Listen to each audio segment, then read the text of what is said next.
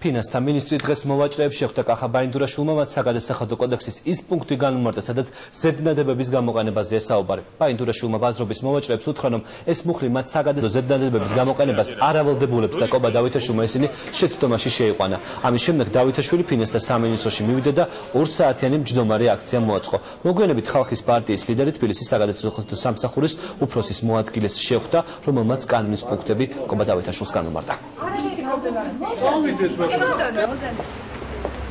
ეს საბოლოოდ ცნობილი გახდება ორშაბათს, როდესაც ზეპირი განმარტება დღესაც მივიღე და ამ განმარტების შინაარსით არა ვარ უკმაყოფილო, იმიტომ რომ ეს განმარტება აკმაყოფილებს იმ ადამიანების ინტერესებს, ვისაც მე წარმოვადგენ აქ, ანუ მცირე მოვაჭრეების და მცირე მეწარმეების.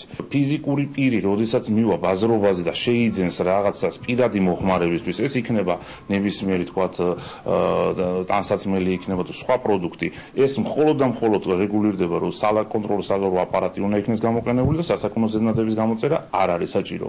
რაც შეეხება იურიდიულ პირს, როდესაც ის საქონელს შეიძენს, მას მანამდეც ქონდა ეს ვალდებულება, რომ ეს საქონელი ქონოდა და დღესაც ეს ძალაშია, რომ ეს ვალდებულება დაწესებული არის. თუ კი იქნება ასეთი ტიპის პრობლემები, როდესაც ვიღაცას გაუგებრობაში შეყავს ადამიანი და არასწორ ინტერპრეტირებას ახდენს კანონის, ეს ძალიან ადვილია აქ მოსვლა.